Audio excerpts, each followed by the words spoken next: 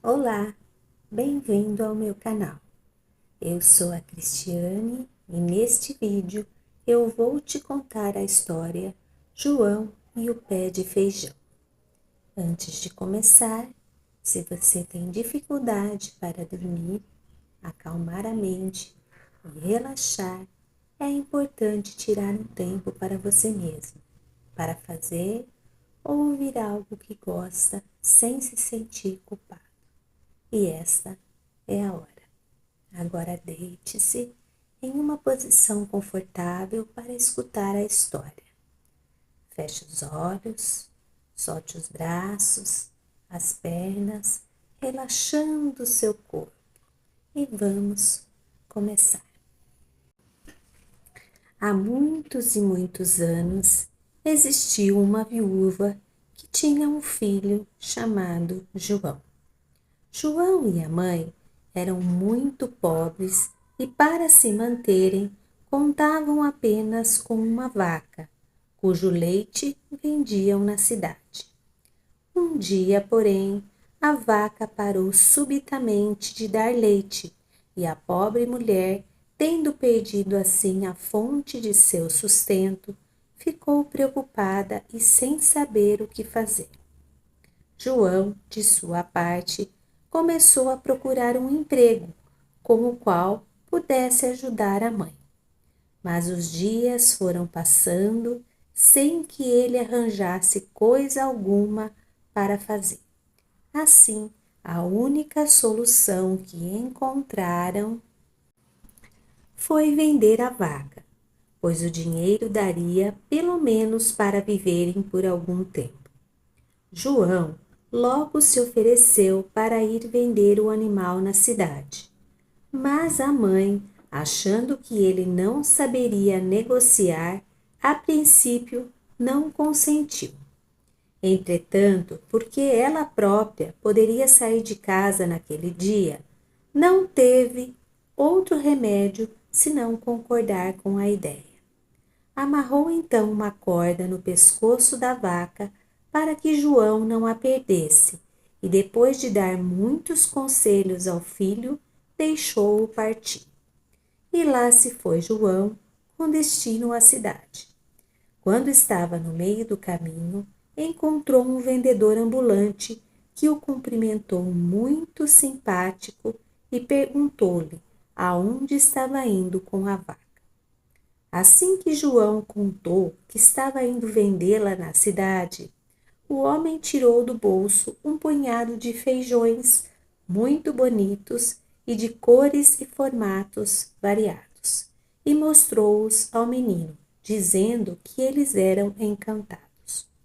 João ficou deslumbrado com a beleza dos grãos e, ao ouvir as palavras do vendedor, seus olhos brilharam de alegria. Morrendo de vontade de possuir os feijões encantados, perguntou ao homem se ele não gostaria de trocá-los pela vaca.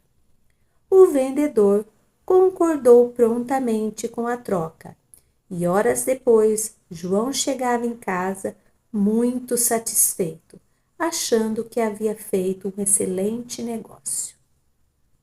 A mãe o recebeu muito contente, mas quando o menino lhe mostrou o que havia conseguido em troca do animal, ficou furiosa e disse: Como, meu filho, você teve coragem de trocar a única coisa que possuíamos por uma porcaria de uns grãos de feijão?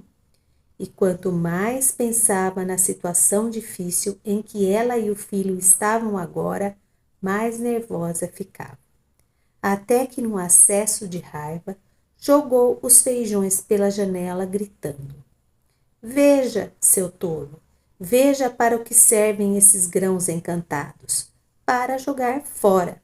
O pobre menino, desconsolado, ficou olhando para a mãe, sem nada conseguir dizer, e como castigo naquela noite, foi mandado para a cama sem jantar. Na manhã seguinte, ao acordar, João ainda estava muito triste e não conseguia esquecer o acontecimento do dia anterior. Estava deitado, tentando encontrar um jeito de remediar o que havia feito, quando notou que havia alguma coisa impedindo o sol de entrar pela janela. Levantou-se para espiar o que era e, espantado, descobriu que os grãos de feijão não só haviam brotado durante a noite, como também haviam crescido assustadoramente, transformando-se numa planta enorme que subia até o céu.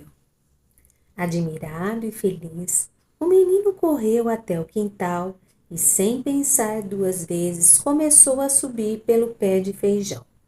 Subiu, subiu e subiu. Atravessou muitas camadas de nuvens macias como flocos de algodão e, por fim, descobriu que a planta terminava num estranho país, onde tudo parecia deserto.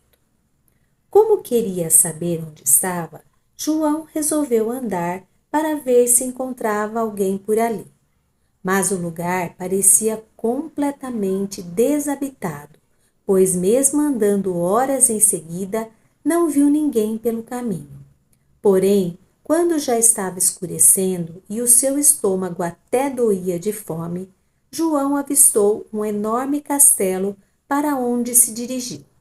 Encontrou na porta uma mulher que pareceu muito assustada em vê-lo ali. "O que você está fazendo aqui, menino?" disse ela. "Não sabe que esse castelo pertence ao meu marido, um gigante muito mau, devorador de carne humana?" Ao ouvir isso, João sentiu as pernas bambearem de medo. Mas como a mulher lhe dissesse que o gigante estava fora caçando, e também como a fome e o cansaço não o deixassem andar mais, pediu a ela que o abrigasse e escondesse até o dia seguinte. Embora fosse casada com um homem tão mau, a esposa do gigante era uma pessoa muito bondosa e levou-o para dentro do castelo, onde serviu-lhe uma mesa coberta de coisas deliciosas. João, que estava morto de fome, comeu tudo com tanto apetite e gosto que logo se esqueceu do perigo que estava correndo. De repente, porém, ouviu-se um grande barulho na porta, seguido de passos tão pesados que o castelo inteiro estremeceu. "Oh, meu Deus!" disse a mulher, tremendo como vara verde. "É o gigante, menino. Ele não pode encontrar você aqui, senão vai devorar você e a mim também." Ao vê-la tão assustada, João ficou paralisado de medo. Mas a mulher o puxou rapidamente pela mão e mal teve tempo de escondê-lo dentro do forno, antes que o gigante entrasse na cozinha gritando com sua voz de trovão: "Mulher, mulher, estou sentindo cheiro de carne humana. 1, 2 e 3. Diga-me de uma vez, onde está esse abelhudo? Vou comê-lo com ossos e tudo." Mais que depressa, a mulher explicou que o cheiro de carne era dos franguinhos que ela havia matado para o jantar. João, que estava espiando por uma frestinha do forno, ficou apavorado só de pensar no que aconteceria se o gigante o encontrasse. Mas a bondosa mulher, que sabia que o marido era muito comilão, apressou-se em servir a comida antes que ele começasse a procurar por todos os cantos da casa até encontrar o pobre menino. O gigante sentou-se então à mesa e, para começar a refeição, engoliu uma dúzia de frangos assados, com ossos e tudo. Com os olhos arregalados, João assistiu a mulher trazendo para a mesa pratos e mais pratos, que o gigante engolia rapidamente, sem nunca ficar satisfeito. Quando acabou finalmente sua refeição, o comilão gritou para a mulher: "Traga-me o dinheiro." "Está bem", respondeu ela, saindo da cozinha. E logo em seguida voltava com 2 sacos cheios de moedas de ouro. Depois de ordenar que a mulher fosse dormir, O gigante colocou os sacos de moedas sobre a mesa e começou a contá-las, enquanto esperava o sono chegar. Quando se cansou, guardou as moedas de novo nos sacos e depois colocou-os no chão, perto de si. Só que, por precaução, amarrou ao pé da mesa um cão de guarda e depois recostou-se na cadeira e pôs-se a dormir. João, que a tudo assistia de seu esconderijo, esperou que o gigante estivesse dormindo profundamente e, quando viu que ele estava roncando como um trovão, saiu de mansinho do forno para roubar o dinheiro. Entretanto, assim que pôs as mãos sobre os sacos de moedas, o cão de guarda começou a latir feito louco e o pobre menino apavorado julgou-se completamente perdido. Acontece que o gigante tinha um sono pesado demais, e os latidos fizeram apenas com que ele se mexesse na cadeira sem conseguir acordá-lo. Mais sossegado, o menino subiu na mesa da cozinha e, depois de pegar um pedação de carne, jogou-o ao cão, que abanou o rabo e ficou em silêncio, deliciando-se com o petisco. João pôde, assim, pegar o dinheiro e fugir dali. Correu sem parar até alcançar o pé de feijão, descendo habilmente até chegar ao quintal de casa. Em seguida, chamou pela mãe e, depois de contar-lhe toda a aventura, entregou-lhe os 2 sacos de moedas. Com o dinheiro roubado do gigante, João e a mãe passaram a levar uma vida de rei.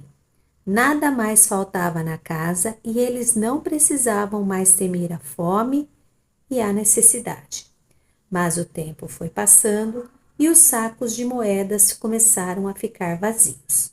E João pensou então em voltar ao castelo do gigante para se apoderar de mais riquezas. Contou sua vontade à mãe e ela, com medo de que alguma coisa pudesse acontecer-lhe, proibiu-o de ir. Já pensou se o gigante agarrar você? Disse ela. E a mulher dele? Ela certamente o reconhecerá e poderá entregá-lo ao marido. Percebendo que a mãe não ia mesmo permitir, João fingiu aceitar o que ela dizia, mas na primeira chance que teve, saiu escondido e subiu novamente pelo pé de feijão, desta vez muito bem disfarçado, para que a mulher do gigante não o reconhecesse.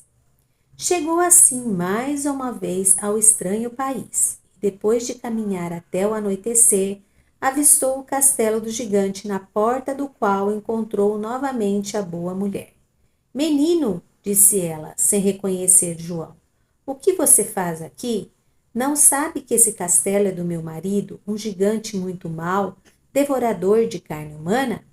João, fingindo-se muito assustado, e pediu à mulher que o escondesse até o dia seguinte, dizendo que não conseguiria encontrar o caminho de casa no escuro. Ah, não, respondeu ela, de jeito nenhum. Da última vez que fiz isso, me arrependi amargamente. Já dei abrigo ao menino como você, e o mal agradecido fugiu, levando 2 sacos de moeda de ouro do meu marido. Por causa disso, quase fui devorada no lugar do malandrinho.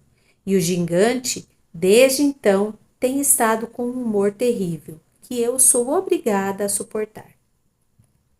Mas João sabia ser convincente e pediu tantas vezes que a boa mulher acabou concordando em escondê-lo.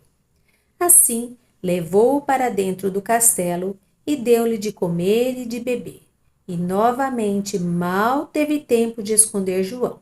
Desta vez, dentro de um quartinho de despejo, e o gigante já chegava com seu andar tão pesado que fazia o castelo estremecer.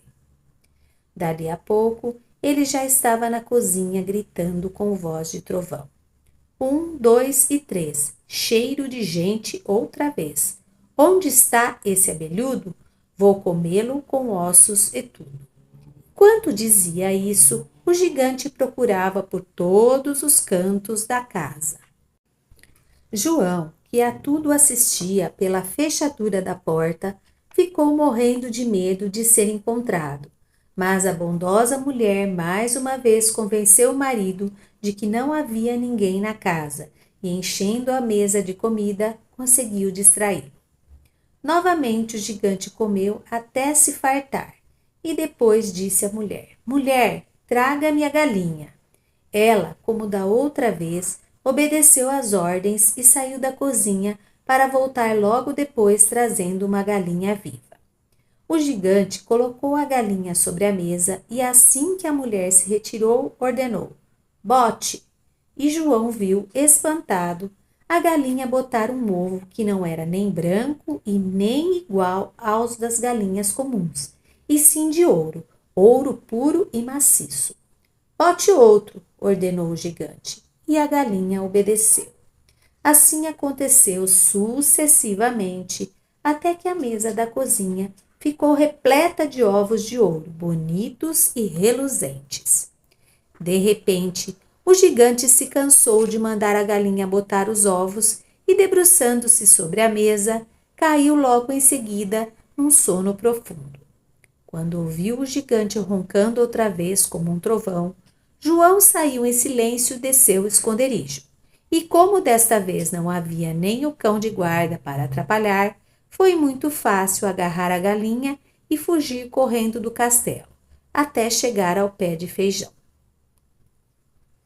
Logo que entrou em casa, João chamou a mãe e, depois de lhe contar a sua aventura, entregou-lhe a galinha dos ovos de ouro.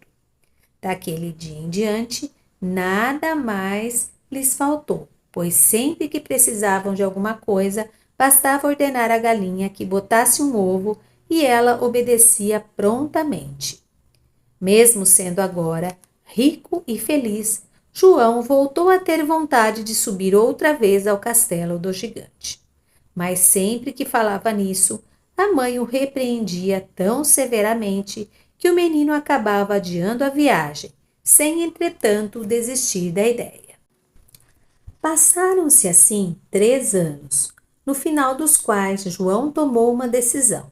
Ia subir de novo, custasse o que custasse, e não contaria nada à mãe. Assim, esperou pacientemente que chegasse o verão, quando os dias são mais longos, e depois de se disfarçar muito bem, subiu pelo pé de feijão antes que o sol nascesse, para que a mãe não o visse.